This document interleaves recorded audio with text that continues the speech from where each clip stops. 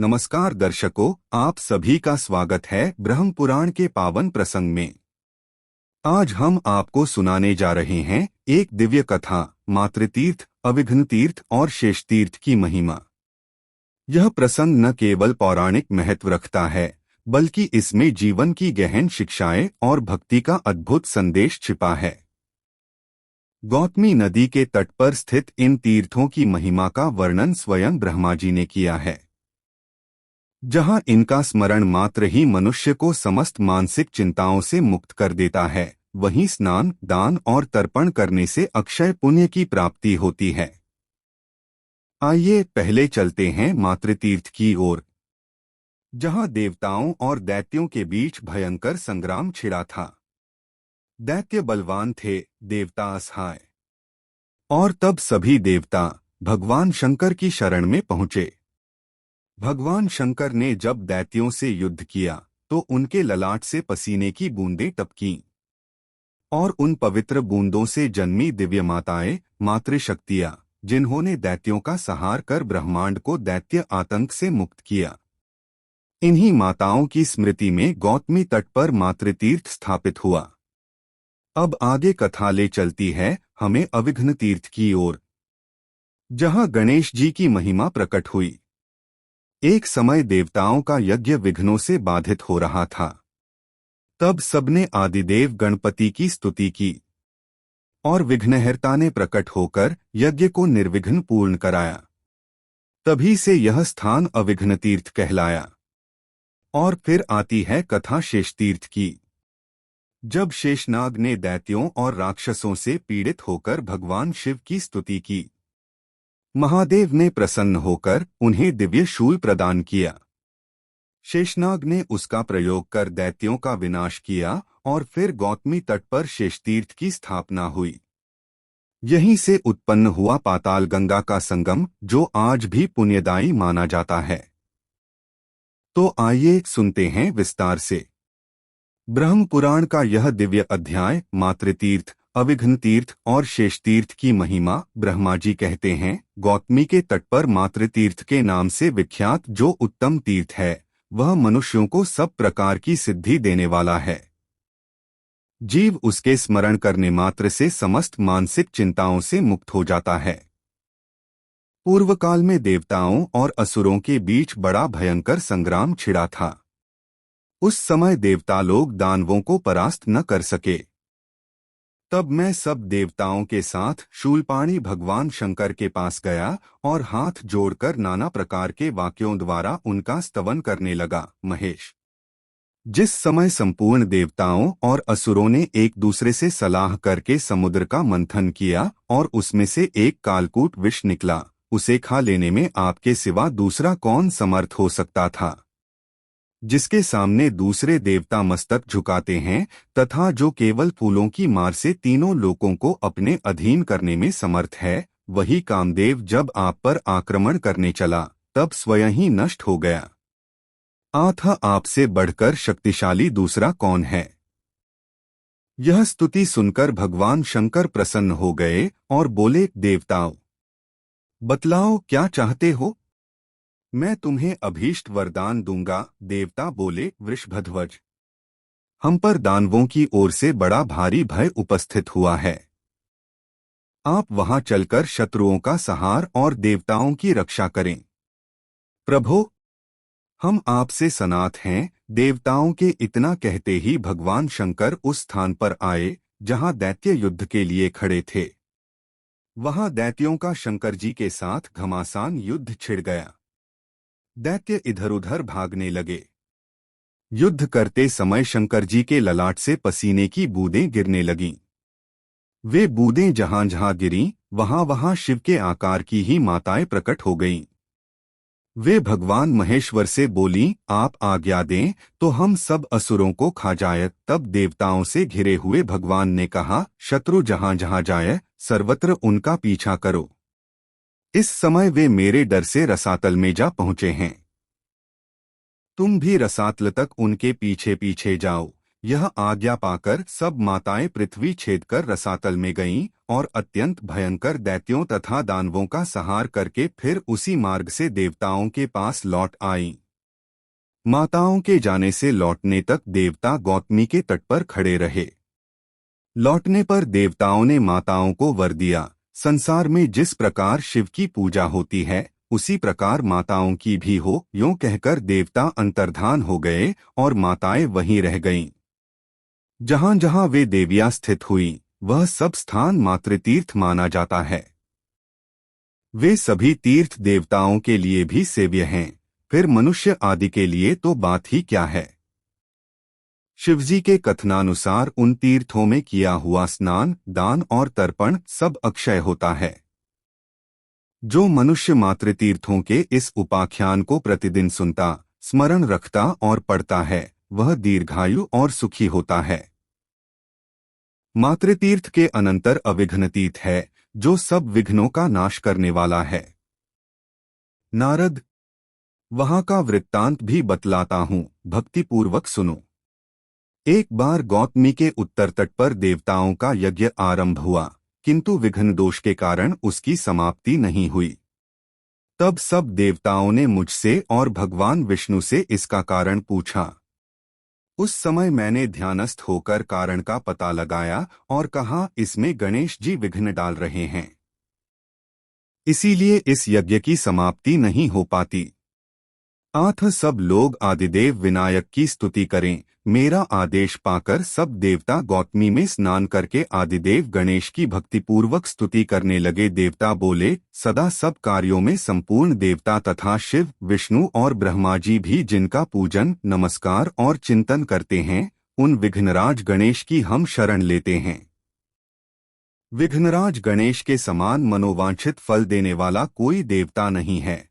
ऐसा निश्चय करके त्रिपुरारी महादेव जी ने भी त्रिपुरवध के समय पहले उनका पूजन किया था। जिनका ध्यान करने से संपूर्ण देहधारियों के मनोरथ पूर्ण हो जाते हैं, वे अंबिकानंदन गणेश इस महायज्ञ में शीघ्र ही हमारे विघ्नों का निवारण करें। देवी पार्वती के चिंतन मात्र से ही गणेश जी जैसा पुत्र उत्पन्न हो गया।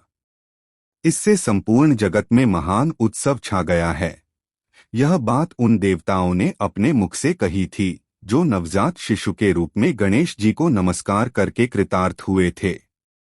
माता की गोद में बैठे हुए और माता के मना करने पर भी उन्होंने पिता के ललाट में स्थित चंद्रमा को बलपूर्वक पकड़कर उनकी जटाओं में छिपा दिया। यह गणेश जी का बाल विनोद था। यद्यपि वे पूर्ण तृप्त थे, तो भी अधिक देर तक माता के स्तनों का दूध इसलिए पीते रहे कि कहीं बड़े भैया कार्तिकेय भी आकर न पीने लगें। उनकी बुद्धि में बालस्वभाववश भाई के प्रति ईर्ष्या भर गई थी। यह देखकर भगवान शंकर ने विनोदवश कहा, विघ्नराज, तुम बहुत दूध पीते हो, इसलिए लंबोदर हो जाओ। यूं कहकर उन्होंने उनका नाम लंबोदर रख दिया। देव समुदाय से घिरे हुए महेश्वर ने कहा, बेटा, तुम्हारा नृत्य होना चाहिए। यह सुनकर उन्होंने अपने घूंघूर की आवाज से ही शंकर जी को संतुष्ट कर दिया। इससे प्रसन्न होकर शिव ने अपने पुत्र को गणेश के पद पर अभिषिक्त कर दिया। जो एक हाथ में विघ्नपाश और दूसरे हाथ से कंधे पर कुठार लिए रहते हैं तथा पूजा न पाने पर अपनी माता कार्य में भी विघ्न डाल देते हैं, उन विघ्नराज के समान दूसरा कौन है। जो धर्म, अर्थ और काम आदि में सबसे पहले पूजनीय हैं तथा देवता और असुर भी प्रतिदिन जिनकी पूजा करते हैं, जिनके पूजन का फल कभी नष्ट नहीं होता, उन प्रथम पूजनीय गणेश को हम पहले मस्तक नवाते हैं। जिनकी पूजा से सबको प्रार्थना के अनुरूप सब प्रकार के फल की सिद्धि दृष्टिगोचर होती है, जिन्हें अपने स्वतंत्र सामर्थ्य पर अत्यंत गर्व है, उन बंधुप्रिय मूषकवाहन गणेश जी की हम स्तुति करते हैं। जिन्होंने अपने सरस संगीत, नृत्य, समस्त मनोरथों की सिद्धि तथा विनोद के द्वारा माता पार्वती को पूर्ण संतुष्ट किया है, उन अत्यंत संतुष्ट हृदय वाले श्री गणेश की हम शरण लेते हैं। इस प्रकार देवताओं के स्तवन करने पर गणेश जी ने उनसे कहा, देवताओं, अब तुम्हारे यज्ञ में विघ्न नहीं पड़ेगा। जब देवयज्ञ निर्विघ्न पूरा हो गया तब गणेश जी ने उन देवताओं से कहा, जो लोग इस स्तोत्र से भक्तिपूर्वक मेरी स्तुति करेंगे उन्हें कभी दरिद्रता और दुख का सामना नहीं करना पड़ेगा। जो इस तीर्थ में आलस्य छोड़कर भक्तिपूर्वक स्नान और दान करेंगे उनके शुभ कार्य निर्विघ्न सिद्ध होंगे। इस बात का आप लोग भी अनुमोदन करें।